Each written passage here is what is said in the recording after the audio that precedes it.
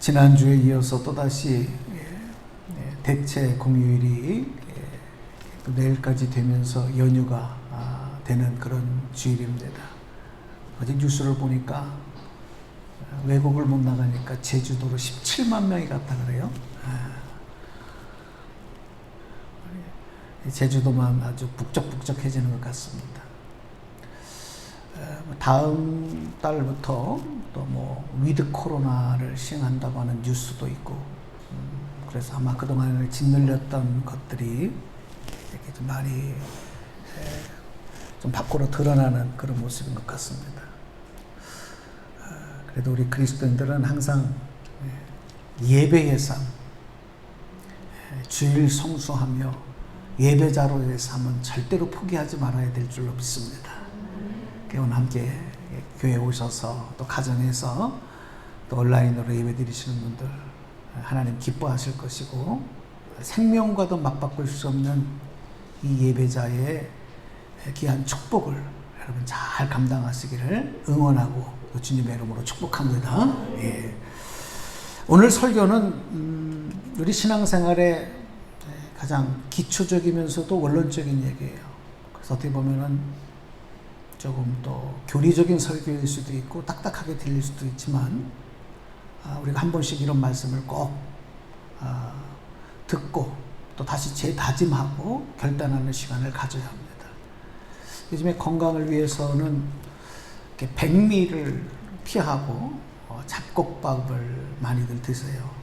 또 어떤 분들은 거기서 더 나가서 아예 그냥 더 거친 쌀들 이런 걸로 소화가 잘 안 되고 먹기는 불편해도 그렇게 식사하는 분들이 많아요. 그 왜 그렇습니까? 그게 몸의 건강에 좋다라고 하기 때문에 그런 거 아니겠어요? 하나님의 말씀도 귀에 달콤하고 물론 듣기 좋은 소리들도 좋지만 때로는 조금 이런 말씀들 잘 이해가 되지 않고 어려운 내용 같아도 한 번씩은 꼭 필요한 말씀이다. 그래서 오늘은 구원과 관계된 말씀인데요. 구원의 확신과 구원받은 삶, 이렇게 제목을 정해봤습니다. 우리가 신앙생활을 하면서 구원에 대해서 분명히 알지 못하거나 확신을 갖지 못해서 이렇게 혼동하는 경우, 혼란스러워하는 경우가 많아요. 그러다 보니까 일상적인 삶에서 내가 예수 믿고 구원받았으면서도 구원받은 삶을 살지 못하는, 믿는 것과 아는 것과 사는 것이 달라지는 것 때문에 갈등하는 분들도 많습니다. 그런데 여러분, 구원의 확신을 가진 성도는 반드시 구원의 삶을 살아가게 되는 줄로 믿습니다. 반드시 구원의 삶을 살아가게 돼 있어요. 그럼 구원의 삶을 살지 못한다는 얘기는 무슨 얘기냐면 구원에 대한 확신이 없다는 거예요. 우리가 구원받기 위해서는요, 예수님을 믿음으로 또 예수님을 믿음으로 영접해야 한다라고 하는 것을 다 알고 있어요. 믿음으로 예수님을 영접해야 구원받는다. 그런데 성경을 보니까 맞아요. 믿음으로 구원을 받는다. 예수 그리스도를 믿음으로 구원을 받는다. 예수님이 그렇게 말씀해 주셨지만 또 한 가지가 있어요. 구원과 관계에서 거듭나야 한다. 그 말씀도 하셨거든요. 그러면 예수님을 믿고 영접한다고 하는 것과 거듭난다고 하는 것이 뭐냐? 이걸 우리가 분명히 알고 있어야 되는 겁니다. 성경 말씀, 오늘 본문에 이제 읽었던 말씀인데, 본문에 있는 말씀 두 구절을 한번 다시 보겠어요. 우리 새 번역으로, 표준 새 번역으로 읽겠는데, 자, 한번 앞을 보시고 함께 읽겠습니다. 시작. 예수께서 대답하셨다. 내가 진정으로 너에게 말한다. 누구든지 다시 나지 않으면 하나님 나라를 볼 수 없다. 누구든지 다시 나지 않으면, 거듭나지 않으면 하나님 나라를 볼 수 없다. 그리고 5절도 또 볼게요. 자, 읽어봅니다. 시작. 예수께서 대답하셨다. 내가 진정으로 너에게 말한다. 누구든지 물과 성령으로 나지 않으면 하나님 나라에 들어갈 수 없다. 물과 성령으로 나지 않으면, 거듭남에 대해서 구체적으로 또 설명해 주신 내용입니다. 여러분, 거듭난다는 말, 다시 태어난다는 말, 영어로 말하면 born again. 여러분, 그런데 이 땅에 태어난 사람이 또다시 태어난다는 거? 이게 가능한 일입니까? 불가능해요. 그 웨슬리는 왜 불가능한 말씀을 하시냐? 거듭난다고 하는 의미가 뭐냐? 여러분, 사람은 모두가 죽는 것은 다 앞으로 경험할 일이에요. 누구나 다 죽습니다. 언제 죽느냐가 문제일 뿐이지. 그런데 누구나 다 죽는 것은 하지만 다시 태어나는 것은 이건 불가능해요. 할 수 없어요. 물론 힌두교나 불교에서는 윤회설을 말합니다. 이게 원래 윤회설은 힌두교에서 나온 거예요. 불교의 원리가 아니고 힌두교의 원리. 불교와 힌두교에서 이제 윤회설을 말하는데, 사람이 죽으면 다시 벌레로도 태어날 수도 있고, 짐승으로도 태어날 수도 있고, 사람으로도 태어날 수도 있고, 돌고 도는 거예요. 계속 회전하는 거예요. 이 윤회에서 벗어나는 것을 해탈했다. 그리고 거기서 벗어나는 것이 이제 열반에 이르는 거예요. 그게 이제 그들의 교리이고 가르침인데, 우리 기독교에서는 윤회론이 없어요. 사람이 죽으면 그 다음에는 심판이 있고, 심판의 결과 천국에서 또 지옥에서 영원한 안식을 누리거나 영원한 징계와 벌을 받고 살아가는 것. 그게 우리 기독교에서의 가르침이에요. 윤회가 없어요. 다시 태어나는 거 없어요. 그래서 우리 기독교의 최고의 관심사는 구원에 있는 겁니다. 반드시 구원받아야 되는 거예요. 오늘 저와 여러분이 그 복을 받았는 줄로 믿습니다. 네. 반드시 이것은. 네. 오늘 성경 말씀에 보면 유대교의 지도자이면서 바리새인이었던 니고데모라고 하는 사람이 예수님을 찾아와서 어떻게 해야 구원을 얻습니까? 이렇게 질문을 해요. 그러니까 이분이 유대교의 지도자이고 또 당시의 구약성경 율법의 지도자였음에도 이 구원에 대해서 계속 고민을 하는 거예요. 어떻게 해야 구원을 얻습니까? 근데 예수님께서 거듭남을 말씀을 하시거든요. 그런데 이렇게 지식이 많고 또 당시의 종교 지도자였던, 그 사회적으로도 지도층에 있었던 이 니고데모가 이해를 못해요. 거듭난다는 것, 다시 나야 된다고 하는 것을 이해를 못하는 거예요. 그때 예수님께서 해주신 말씀이 우리가 너무 잘 아는 말씀. 그래서 이 말씀을 해주셨구나. 이거를 여러분이 아셔야 돼요. 요한복음 3장 16절에서 18절까지 있는 말씀.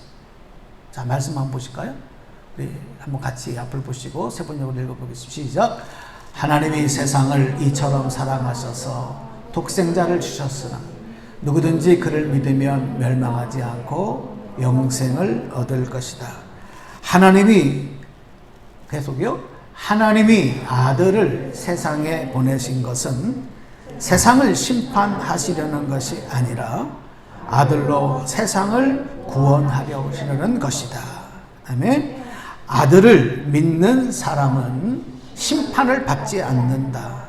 그러나 믿지 않는 사람은 이미 심판을 받았다. 그것은 하나님의 독생자의 이름을 믿지 않았기 때문이다. 아멘. 아멘입니까? 예수님이 이 말씀, 거듭남을 이해하지 못하는 니고데모에게 또 오늘 우리에게 하시는 말씀입니다. 그러니까 이 말씀을 보면 거듭난다는 말은 예수님을 믿음으로 구원을 얻는 것을 말하는 거예요. 예수님을 믿음으로 구원 얻는 것을 말하는데, 죄인이던 우리가 하나님의 아들이시며 우리를 구원하신 예수를 믿으면 예수님의 생명이 우리를 죄인 된 신분에서 하나님의 자녀로 바꿔주시는 거예요. 그래서 새로운 존재로 만들어주시죠. 이게 놀라운 신비입니다. 그럼 우리가 설명하려고 할 수 없어요. 이거는 하나님의 주권에 의해서 이루어 가시는 구원의 섭리예요. 단지 우리는 예수님을 믿고 영접하기만 하면 우리 안에 이런 놀라운 변화가 나타나는 거죠. 존재의 변화, 신분의 변화. 왜 그러냐면 예수님께서 십자가에서 우리의 죄값을 대신 지불해 주시고 갚아주셨기 때문에, 그리고 죽음의 권세를 이기시고 부활하셔서 우리에게 영원한 생명의 소망이 되어주셨기 때문에 그분을 믿기만 하면 죄인에서 하나님의 자녀가 되는 거예요. 그분의 생명 때문에. 이 말을 조금 바꾸면 우리가 예수님을 믿기만 하면, 예수님을 영접해서 그분의 생명이 나의 생명을 지배하는 이런 모습으로 바뀌면 하나님께서 그런 우리의 믿음을 보시고 우리를 의롭다 인정해줘요. 죄인인 우리를, 그 죄를 덮어주시면서 의롭다 이렇게 인정을 해주셔요. 이걸 신학적인 용어로 한번 다 따라서 한번 해보세요. 칭의. 의롭다 인정하신다는 거예요. 칭의라고 얘기합니다.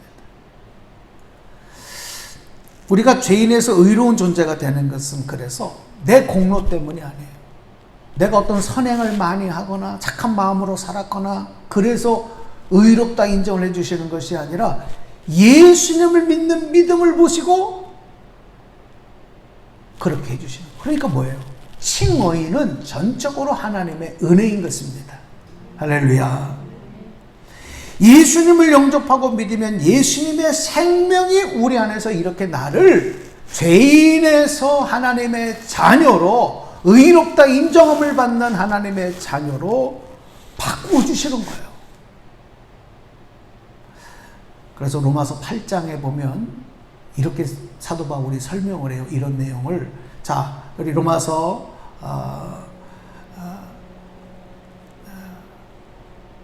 8장 1절 2절을 함께 읽어보겠습니다. 3장 잠깐만요. 말씀이 좀 오타가 난 것 같네.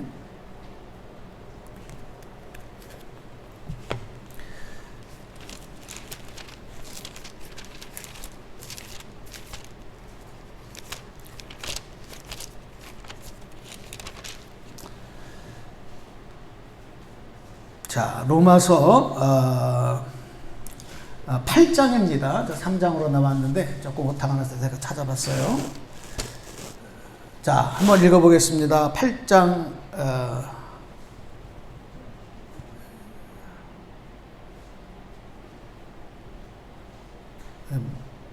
여러분 성경책 찾으셔야 되겠다. 이거 PPT 하시는 분이 8장을 3장으로 잘못 치셨네요. 자, 성경책 찾아보세요. 로마서 8장 1절. 자, 1절, 2절을 함께 소리내서 우리 개역개정을 읽어보겠습니다. 시작. 그러므로 이제 그리스도 예수 안에 있는 자에게는 결코 정죄함이 없나니 이는 그리스도 예수 안에 있는 생명의 성령의 법이 죄와 사망의 법에서 너를 해방하였음이라. 아멘. 그렇습니다. 사도 바울이 로마서에서 우리가 예수를 믿고 구원을 얻은 것은 하나님께서 우리를 죽음의 법에서 해방시켜 주셨고 또 우리를 하나님의 자녀로 삼아 주셔서 생명과 구원의 하나님을 아빠, 아버지라 부르게 하셨다. 그렇게 말씀을 하셨어요. 그래서 예수 그리스도를 믿고 생명의 영의 법에 의해 지배를 받는 사람은 하나님의 자녀가 되기 때문에 상속자, 하나님의 자녀라고 하는 엄청난 지위와 신분을 얻게 된다. 이렇게 설명을 한 것입니다. 예수님을 믿고 구원을 얻는다는 것은 놀라운 우리의 신분의 존재의 변화가 나타납니다. 그런데 문제는 뭐냐면 그리스도인들 중에는 예수님을 영접하고 믿는다고 생각하고 그렇게 고백도 하지만 거듭남의 체험이 없는 분들, 전혀 없는 분들이다. 거듭남의 체험. 내가 예수님을 믿겠습니다. 예수님 믿습니다. 마음으로 생각으로 입술로는 했는데 거듭남의 체험이 없어요. 그런 분들이 많아요. 그러니까 그런 분들은 신앙생활을 하고 교회를 다니고 예배를 드리고 하기는 하지만 나는 하나님 믿습니다. 하나님 자녀입니다. 이렇게 고백도 하지만 내가 구원을 받은 것인지 아니면 구원을 받지 못한 것인지 확신이 서지 않을 때가 많아요. 그래 그런 분들 중에는요 간혹 이단으로 넘어가는 사람들 많아요. 왜냐하면 구원의 확신이 없으니까. 왜 구원의 확신이 없냐면 거듭남의 체험이 없어요. 그러니까 확신이 안 가는 거예요.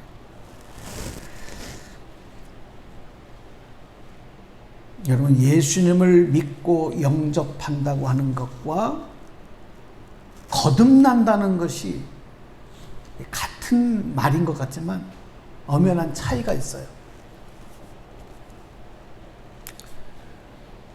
무슨 차이냐면 예수님을 믿고 영접합니다라는 것은 앞에서 말씀드린 것처럼 말과 생각으로 마음으로 가능해요. 그것만 가지고 가능해요. 그런데 거듭난다고 하는 것은 반드시 변화의 증거와 열매가 있어요. 반드시.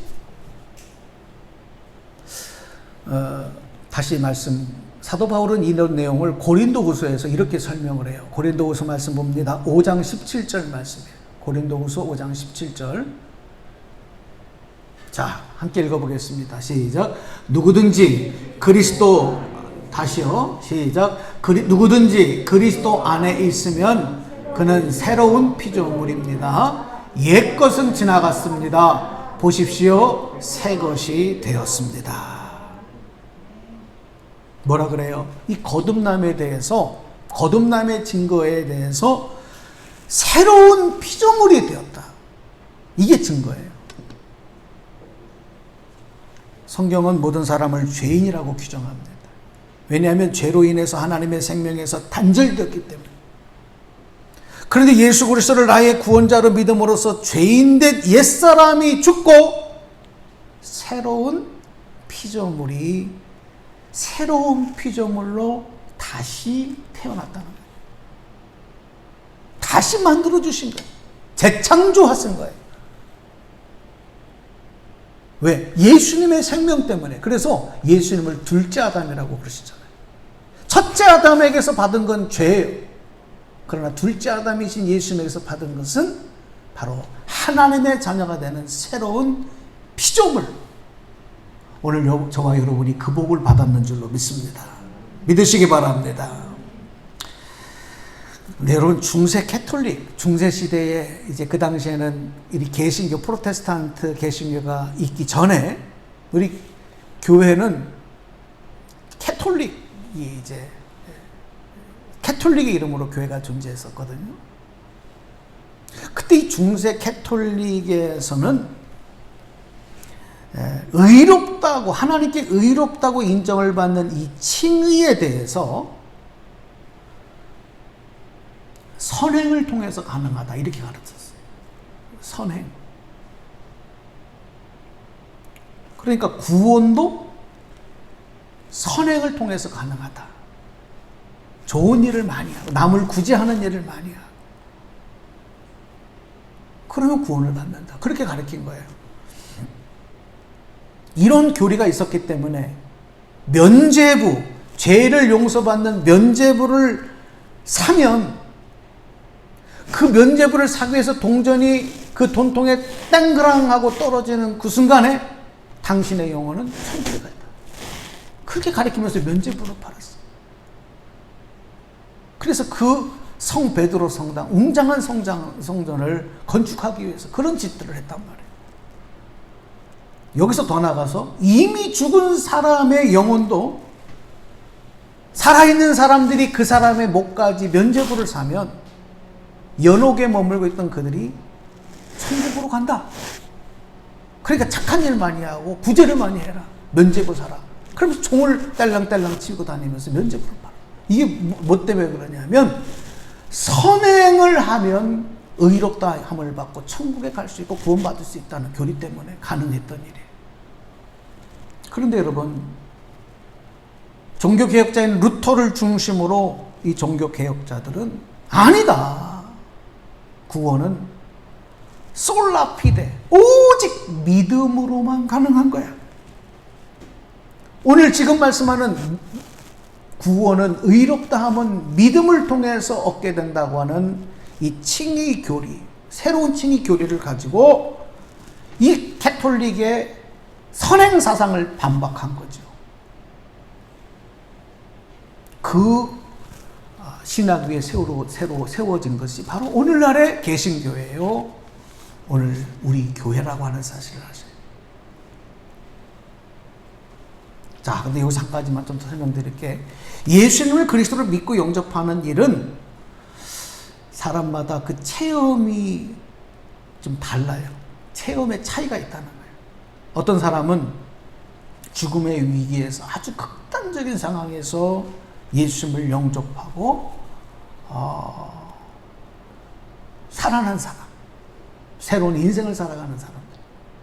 또 어떤 사람은 사업을 하다가 완전히 망하고 아주 맨 바닥에 이르러서 이런 극단적인 상황에서 예수님을 믿고 영접함으로 또 구원을 얻고 재기하는 이런 아주 특별한 체험을 한 사람도 있어요.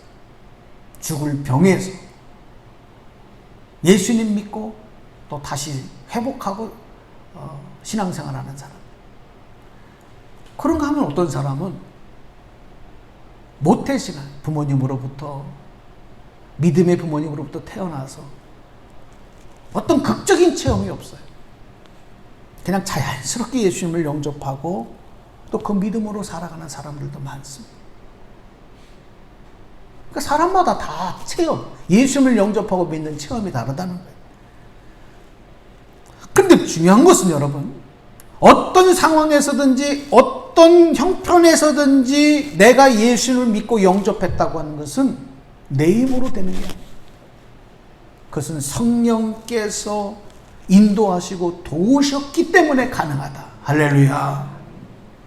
내 힘으로는 내가 예수님을 믿고 영접하는 것, 이건 불가능해요. 그래서 구원은 하나님의 선물이요, 또 하나님의 사랑이며 하나님의 은혜다. 그런데 이런 은혜와 축복의 선물인 구원을 받고도 정작 생활 속에서 내가 구원을 얻었다는 증거 열매가 없이 살아가는 경우가 너무너무 많기 때문에 안타깝다는 거예요. 여러분 어떠세요? 내가 믿는 것과 살아가는 것, 이게 지금 일치합니까? 죽어야 할 죄인이 옛사람이 다시 살아나. 순간순간 다시 살아. 또 새로운 피조물이 된 이 모습이 자꾸 없어지는 거예요. 내 안에서는 내가 하나님의 자녀라고 하는 확신도 없어요. 그러니까 그렇게 살지 못하는 경우가 너무 많아요. 왜 그럴까요?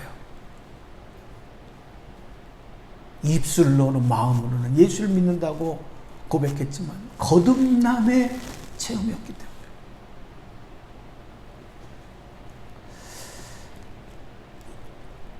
믿음의 일상적인 삶에서 믿음의 열매, 새 생명의 열매, 새로운 피조물이 된 증거가 없으면 여러분 구원받은 삶을 살 수가 없어요.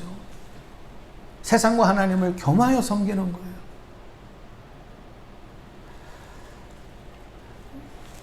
믿음으로 구원받고 하나님 자녀가 된 분명한 증거는 믿음과 거듭남을 통해서 이제 세상에서 육체의 욕심과 정욕을 따라 살아가던 죄인의 모습에서 거룩한 하나님의 자녀의 모습으로 완성되어져 가는 거거든요. 이 그리스도인의 삶이에요. 이것을 또 신학적인 용어로 한번 따라서 해보세요. 성화. 다시요. 성화. 거룩하게 되어져 가는 거예요. 완성이 아니에요. 여러분 예수 믿고 구원받았다고 해서 완성이 아니라 죄인에서 하나님의 자녀가 되었으니 이제 완전한 하나님의 자녀의 모습으로 살아가는 과정, 이게 성화의 과정이다. 매일의 삶이 죄악된 삶이 아니라 거룩한 삶을 소망하고 따라가며 점점 우리 안에서 믿음이 성장하고 우리의 인격이 변화되어지고 하나님의 모습이 완성되어져 가는 거예요. 그 터닝 포인트가 뭐냐? 그렇게 되어지는 결정적인 우리 생활의 삶이 변화되어지는 터닝 포인트, 전환점이 바로 거듭남이라는 거예요. 그래서 그 신학적인 용어로 거듭남을 그래서 또 한번 따라서 해보세요. 중생. 다시요. 중생. 네, 그렇게 얘기합니다. 거듭남. 자, 오늘 말씀 조금 맺어드릴게요. 우리 감리교 창시자인 존 웨슬리 목사님 얘기를 조금 해드리려고 해요. 이 존 웨슬리는 영국 성공의 사제의 아들로 태어납니다. 그리고 자신도 이 성공의 사제가 돼요. 성공회는 영국의 개신교입니다. 이제 캐톨릭이 아닌 영국에서의 개신교의 한 교단이 이제 성공회인데 거기 목회자가 됩니다. 그런데도 이 웨슬리의 마음에는 항상 이 구원의 열망이 많았어요. 그래서 그가 미국으로 가서 아메리카 그 인디언들을 선교하는 선교사로 나가기도 합니다. 어릴 때부터 어머니 모니카로부터 철저하게 성경교육, 신앙교육으로 자랐어요. 또 그가 머리가 좋아서 옥스퍼드 인류대학 아주 명문 대학에 들어가서 공부하고 이후에 교수가 돼서 그곳에서 학교 학생들을 가르치는 일을 할 때도 홀리클럽이라고 해서 신송구락부를 만들어서 학생들을 소그룹으로 조직을 해서 경건한 삶, 성경 말씀을 가르치고 그렇게 살도록 이제 훈련을 시키고 그렇게 일들을 해나갔어요. 그래서 그런 웨슬리를 보고 또 이 신송구락부에 들어온 사람들을 보고 사람들이 뭐라고 별명을 붙여줬냐면 메소디스트 이렇게 불렀어요. 규칙쟁이라는 뜻이에요. 메소디스트. 우리 감리교회가 영어로 말하면 메소디스트예요. 그래서 감리교회가 이후에 이제 메소디스트라는 이름을 갖게 되는 거예요. 교단의 이름이 된 거죠. 자, 이런 삶을 살았던 존 웨슬리가 이런 명문대학의 교수직을 사임합니다. 그리고 미국에 이제 선교사로 나가는 거예요. 인디안 선교사. 그렇게 몸부림을 쳤는데도 그가 구원에 대해서 확신을 가집니다.